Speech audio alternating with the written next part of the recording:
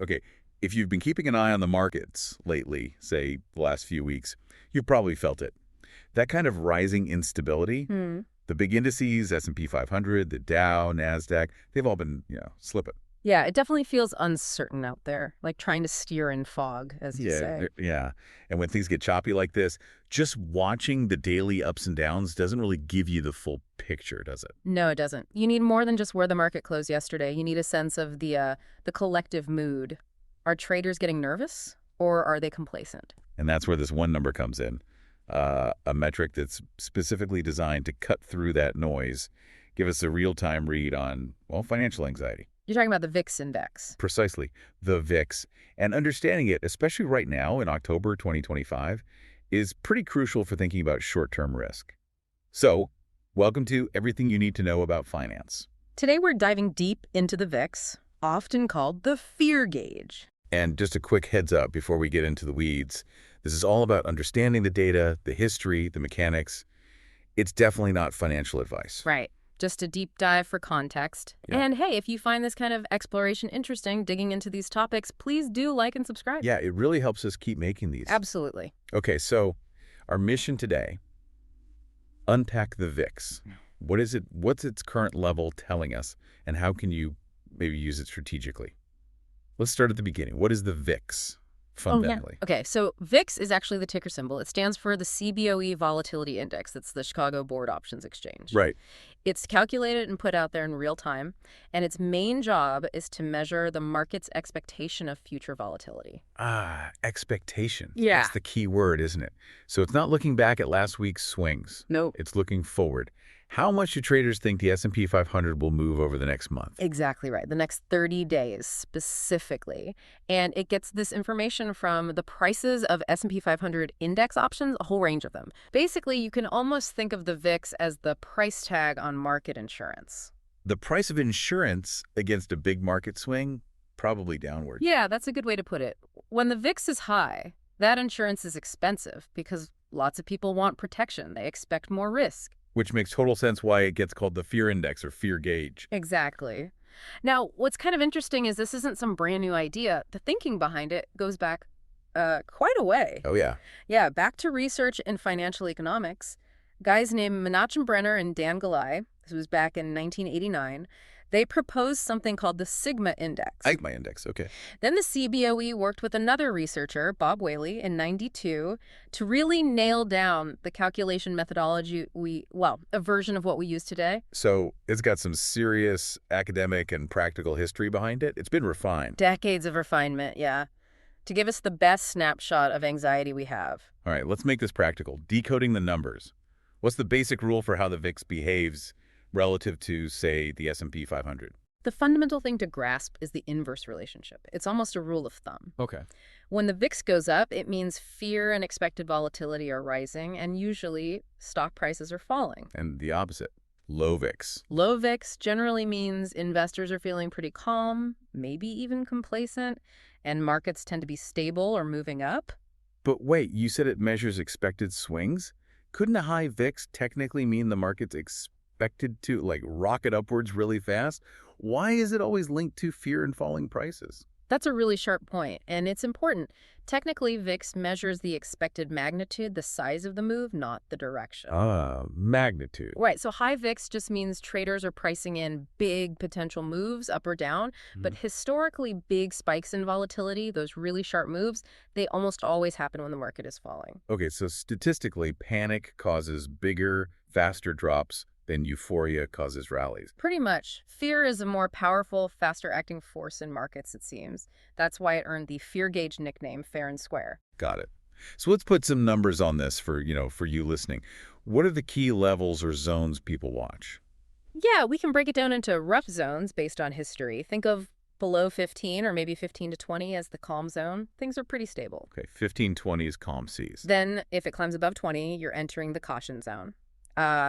Heightened awareness, maybe there are geopolitical worries or economic data looks shaky. Like we saw during the U.S.-China trade tensions. VIX stayed above 20 quite a bit then, right? Exactly. That's a perfect example. It signals rising uncertainty. And then the real red alert. That's when you break above 30. That's the storm warning or, panic zone. 30, okay. Yeah. VIX above 30 signals extreme fear. It often means people are panic selling, expecting really wild swings. Capitulation, sometimes. Wow. And just for context, what kind of range have we seen recently, say over the past year? Well, looking back over the last 52 weeks gives you a sense of the extremes. The low point was down at 12.7. 1270. That's deep in the calm zone.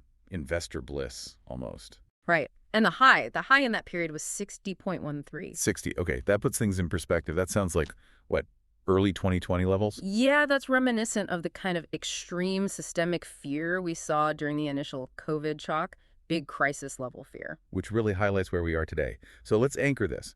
It's October 17th, 2025. Where is the VIX right now? Okay, as of today, the VIX is sitting at 26.84. 2684, so clearly above 20.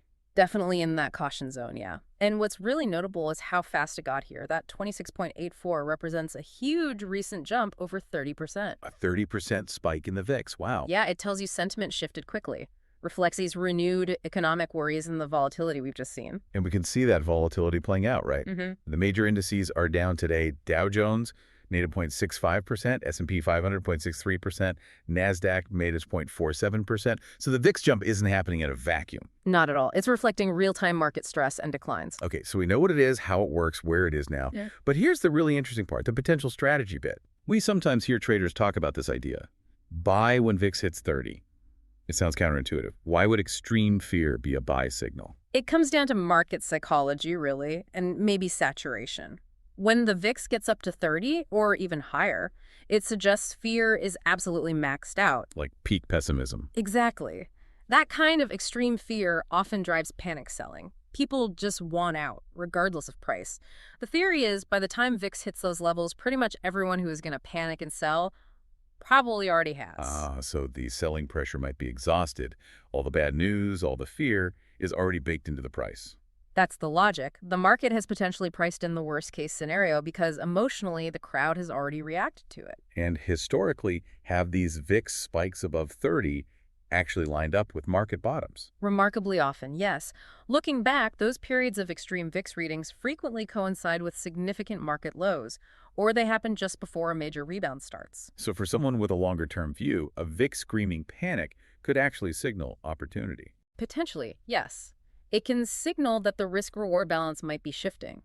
If the market is deeply oversold purely because of fear, that can create attractive entry points for investors willing to step in when others are fleeing. It helps gauge that emotional turning point. That makes the VIX incredibly powerful. It's not just measuring fear. It's potentially signaling when fear itself has gone too far. Right. But, and this is crucial, it's a sentiment indicator, a barometer. It tells you when the conditions might be right, but not what specifically to buy. You still need your regular analysis for that. Absolutely. It has to be used alongside other tools, fundamental research, your own strategy. It's one piece of the puzzle. Okay, so let's synthesize this. VIX is our go-to for short-term market anxiety based on options prices, predicting 30-day volatility magnitude, inverse relationship with stocks, key levels around 20 and 30. And right now we're at 26.84. High, showing stress, but importantly, still below that classic panic zone of 30. Which brings us to the final thought, the thing to mull over. Right. We've seen this sharp 30% spike to get us here to nearly 27. So the question for you as you're processing this is, what does this current high level mean? Is it signaling that we're about to get that final wave of panic, the push above 30 that might present that contrarian opportunity? Or is it the alternative? Is the market just settling into a new, higher range of uncertainty? Could we stay in this 20 to 30 zone for a while, just bracing for, sustained choppiness and volatility? That's the million-dollar question right now, isn't it? Is more panic coming? Yeah. Or is this the new normal for a bit? It is. And to help you think through that and build on what we discussed today, we'd really recommend checking out some of our other deep dives. Good idea. Like what? Well, episodes on broader macroeconomic indicators, the stuff that actually drives the VIX ultimately. Also, our discussions on market cycles and maybe even options trading if you want to get deeper into the mechanics. Yeah, understanding those pieces gives you much richer context for interpreting this volatility signal. Definitely. All right, that's our deep dive on the VIX for today. Thanks for exploring it with us. Until next time, keep tracking that sentiment. Keep those antennae up.